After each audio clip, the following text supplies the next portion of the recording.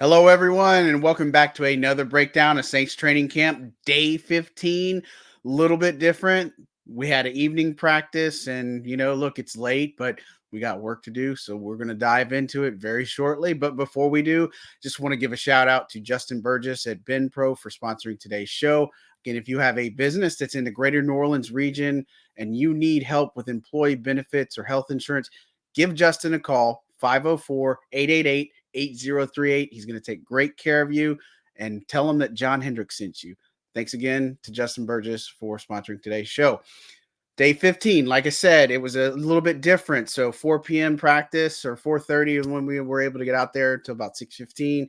Runs a little bit later because of the interviews and stuff afterwards. And so it was a late night, work on the recap and all the such and all that and such. But look, this is part of the territory. This is what we do and what we signed up for. So, look, I think the first point we'll hit on, talk about injuries and talk about attendance. So the first big thing was Demario Davis was back. He's been dealing with that calf injury. So he was back at practice. And so let's just obviously say that he's back at practice. He was in there for stretch, did not participate in 7-on-7 or team drills or anything. Look, the Saints are going to be cautious here, like they are with all their injured players that come back. They're going to basically just, hey, let's ease them into action. Let's get them back in the flow of things.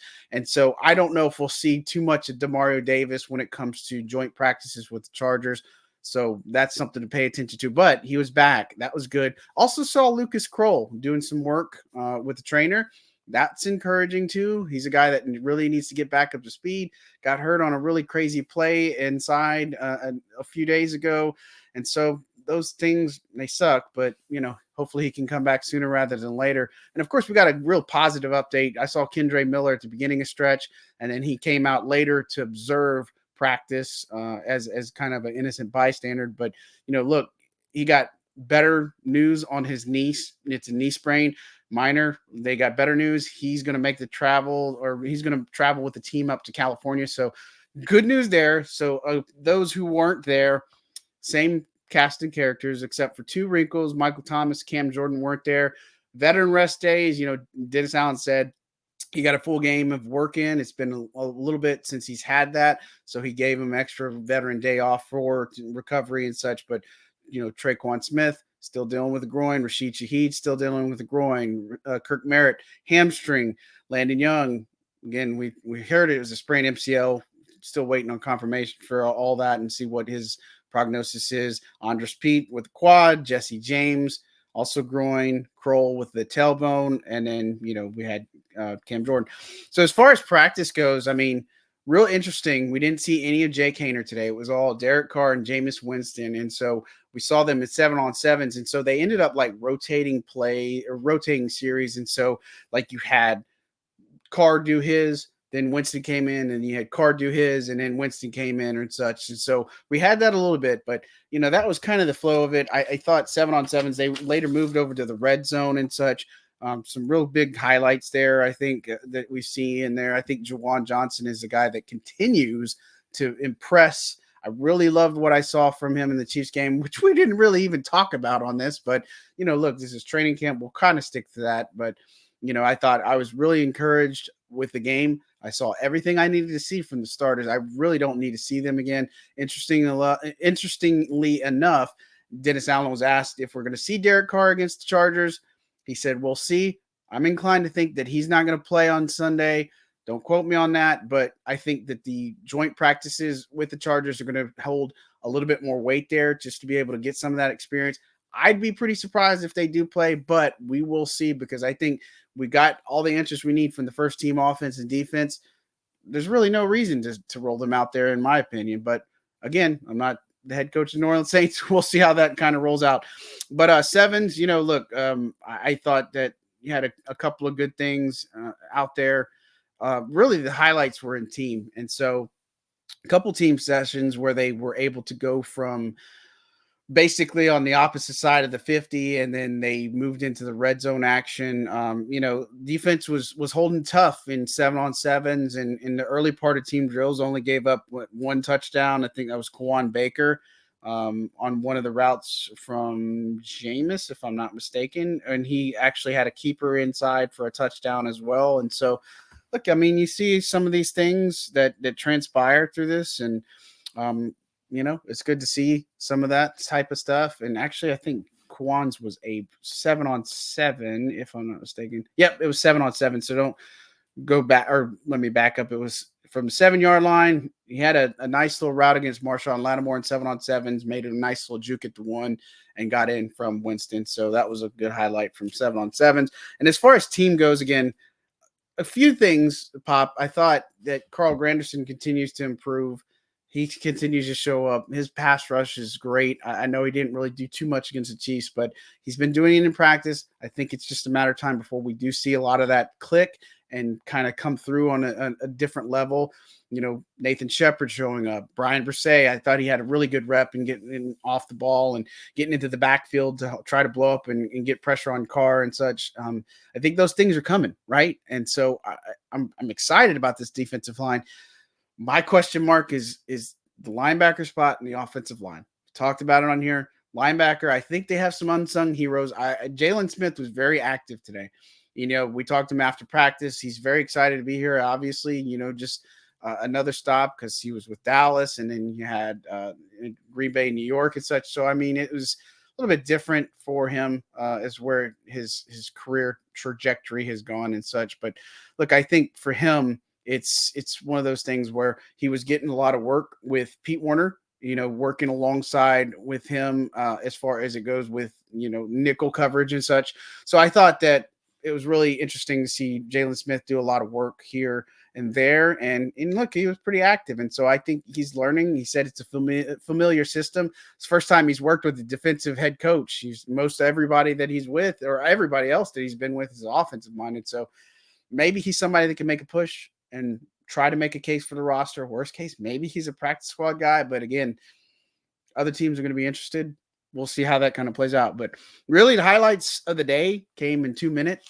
And so just kind of set the scene for you is the offense was working at 1:30 on the clock, 2 timeouts. They had it on their own 35. They needed a touchdown to get in. And so what's interesting is both Jameis Winston and Derek Carr led touchdown drives, and they got them in the last 10, 15 seconds. And it was just nice because they converted both of them converted a 4th down to be able to extend drive in the series.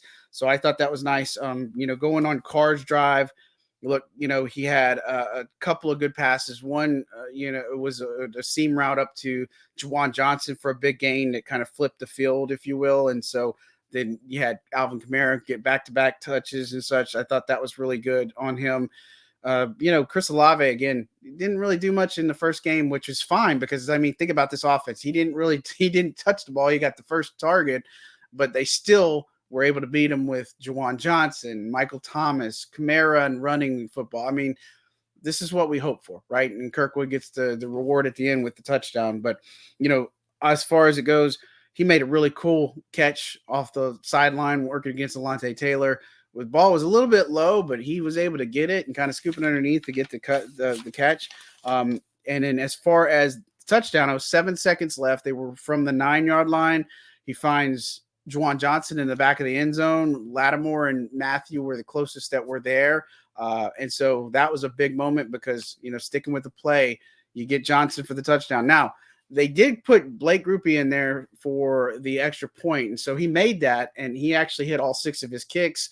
2 were extra points, 4 were actually field goals, and from that 35 to 44-yard range. But then one of the things, Darren Rizzi came in as special teams coach and simulated a penalty on the defense, which would move the 2-point conversion from the 2 to the 1. It's half the distance to goal, so it puts it to 1. So they rolled out the offense to do a 2-point in both series.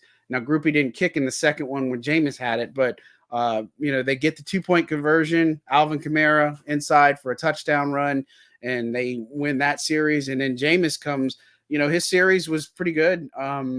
His big hookup, again, he converted a fourth down play, a short little pass to Ellis Merriweather, who had a pretty good preseason game. I'm really interested to see more of him, possibly a late comer. Again, probably practice squad more than anything, unless something crazy, happens. Again, I think we have to pay attention to what happens to Kirk Merritt, but never say never. But his big play was when they were on the 42-yard line of the defense. He had a 23-yard hookup to Jimmy Graham up the seam. Perfectly thrown ball. Perfect catch from Jimmy. Zach Bond tried to stick his hand out to try to get one on it. It was right there in front of Jonathan Abram.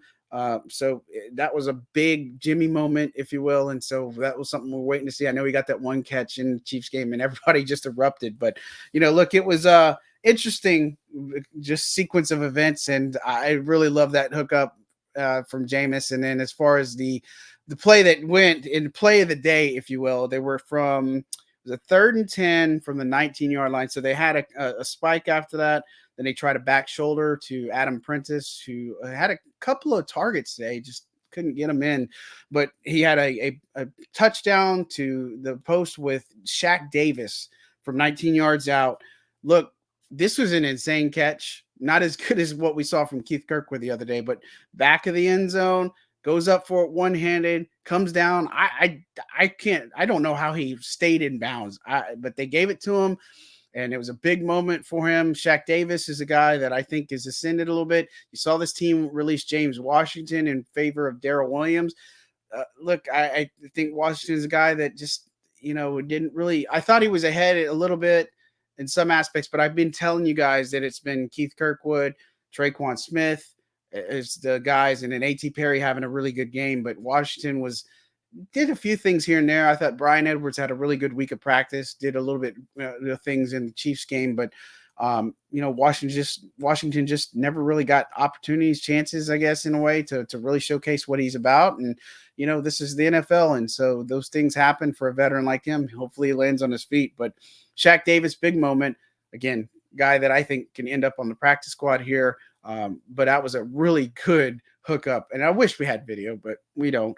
And then on the 2-point conversion for Winston, he found Foster Moreau in the back or in the left end zone over Jonathan Abram. And so he will get the 2-point conversion. So those are things you like to see. Defense had the first part of it. They won that, but offense had the last laugh. So those are things you love to see. Again, we're really excited, take off on Wednesday tomorrow for LA, or we're going to be in Orange County because the facility is in Costa Mesa. The game's in LA at SoFi.